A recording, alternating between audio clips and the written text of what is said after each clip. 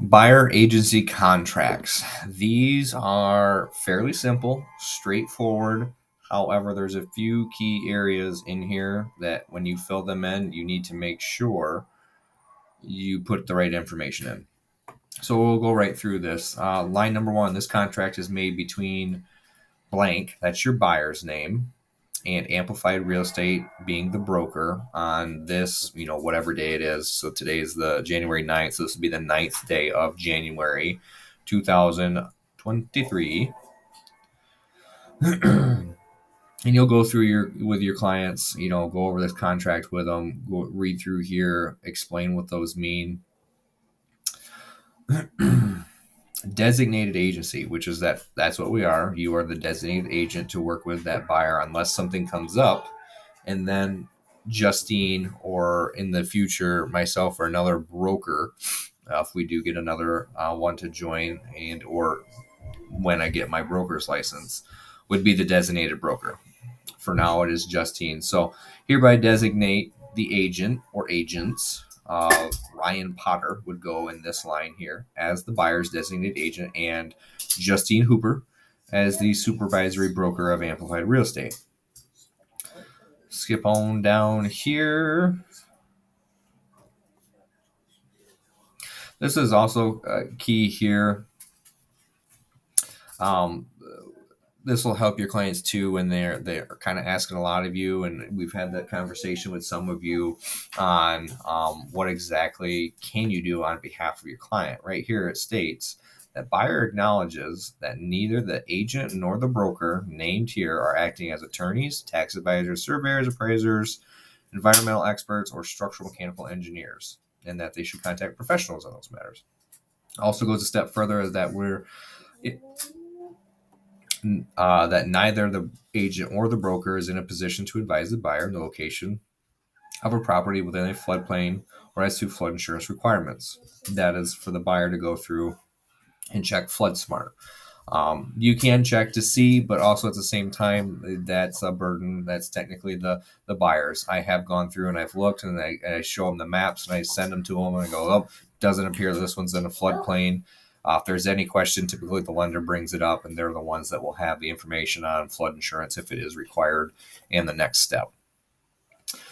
This one here, number 3, property. Do not be specific with this one, because if you are specific and your clients aren't, then this contract is null and void. Case in point being, if you were to say looking for a 3-bed, 2-bath house in Hastings or even Berry County, if they buy a 4-bed, 4-bath in Berry County, this contract doesn't stand.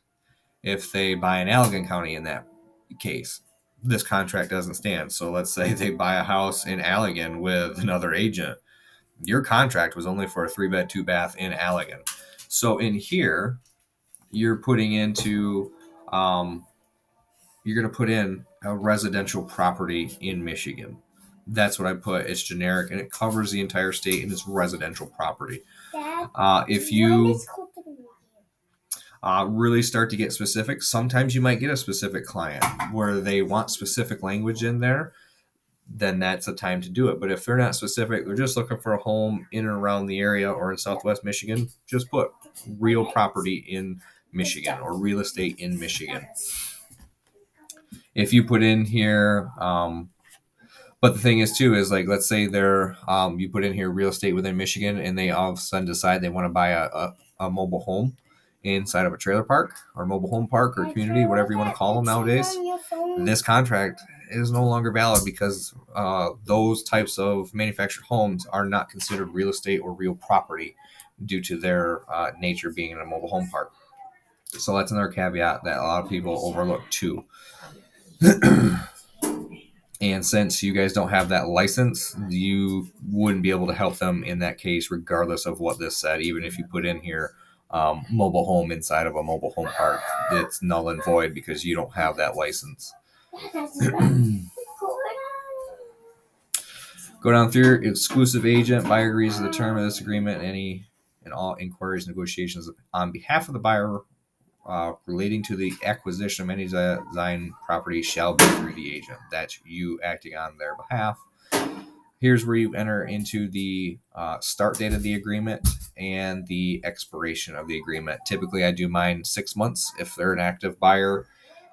Most people don't balk at that. Sometimes I'll set them out for a year if I know it's going to be maybe difficult, or if we're going into like the winter months where it's typically a little slower. That's just strictly so we don't have to keep redoing this paperwork. The agreement may be canceled at any time by mutual consent of the parties. So if your buyer comes to you and says, Chase, I don't want to work with you anymore, and you go, oh, good, because you've been a pain in the ass and I don't want to work with you either, put it in writing, release, no harm, no foul. This section here covers compensation of the broker. Right here, listed properties. This is another pivotal area that a lot of people will overlook and not think about. The sales brokerage fee offered through the listing broker. So this is, the 2.5 or 3% that's offered by the listing agreement, or what's your minimum percent, minus 3% of the purchase price, with a minimum of it's typically $5,000 to $6,000 depending on the client. Typically, I work for no less than $5,000. Unless it's vacant land, and even then I have my own set minimums, but you guys will want to keep your own too. Obviously mine are a little different than some of yours that are just starting out. Same goes with unlisted properties. I still do in an unlisted properties 3% with my minimum fee. Nothing changes. And a lot of times those for sale by owners or expireds or whatever, they'll still pay that fee or whatever. And then the other one down here is we do a transaction fee. The minimum transaction fee is $425. If you want to charge more than that, that's fine, but justify it. Don't use that as a separate way to supplement your commission. If you do charge more than that, be able to articulate why.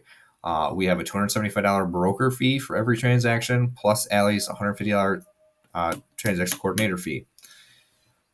Those are pretty standard. If you go on above that, make sure it's for specifically for marketing, and you can prove that. Or if it's for a particular cost that was associated with finding or selling that, don't just do it to pad your pockets. You really want to pay attention to these percentages and these minimums, especially when it's a team lead or a brokerage lead that are a 50-50 split. Because if you put in here that you'll do 3% of the sales price with a minimum of $1,000. Let's say they're looking for vacant land. This is where you'll run into it. So 3% of $50,000 is $1,500. And when you split that in half, that's $750 to you. But typically, if that's a broker lead or an IS or a realtor.com lead, there's also an ISA fee on there of $300. So that takes you from $750 down to $450 real quick. So you might have put in a lot of time and money, and then all of a sudden, because you were just filling this out fast and weren't thinking, now you just made $400 on a deal.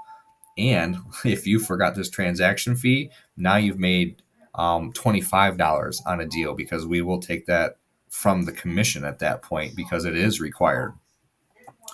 Either you pay it or your clients pay it. Sometimes you can roll that transaction fee if you wanted right into your commission and pay for it there versus this.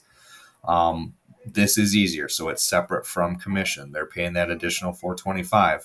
There's been times where agents have gone through real fast and decided to, throw in their standard stuff, put a minimum in there, and then they've actually had to pay the brokerage money in the past because they did this willy-nilly and they didn't pay attention to their numbers. So just be sure when you're filling this out that you're not just breaking even or you're losing money, that you're making money on this, and we can help you with that and what those prices should be.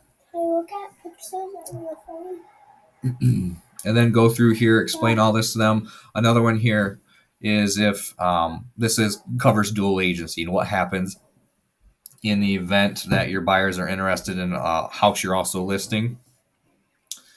You can act as a transaction coordinator, a dual agent, assuming you've disclosed that to everyone and they are okay with it, or that this agreement shall automatically terminate only with regard to that specific property, and the designated agency shall be continued with the relationship with the seller And then we could step in with another one of our agents to represent the buyers in this case. Typically speaking, I select designated agent. Those are rare, and we do have situation or protocol for when those do arise. But in that event, just reach out and we will walk you through that. Other than that, this is all pretty self explanatory. This other section is where you may need to add in something specific for that client. That's not often, but sometimes you do. And then right down here, client name. This is, and then it's designated agent for amplified real estate. This is their signature. Um, this current form is messed up, but just make sure you have both buyers on here, one or the other, or one or both, and then your signature as well. And that's it. And then just keep that on file somewhere convenient for you to reference back once you do get them under contract.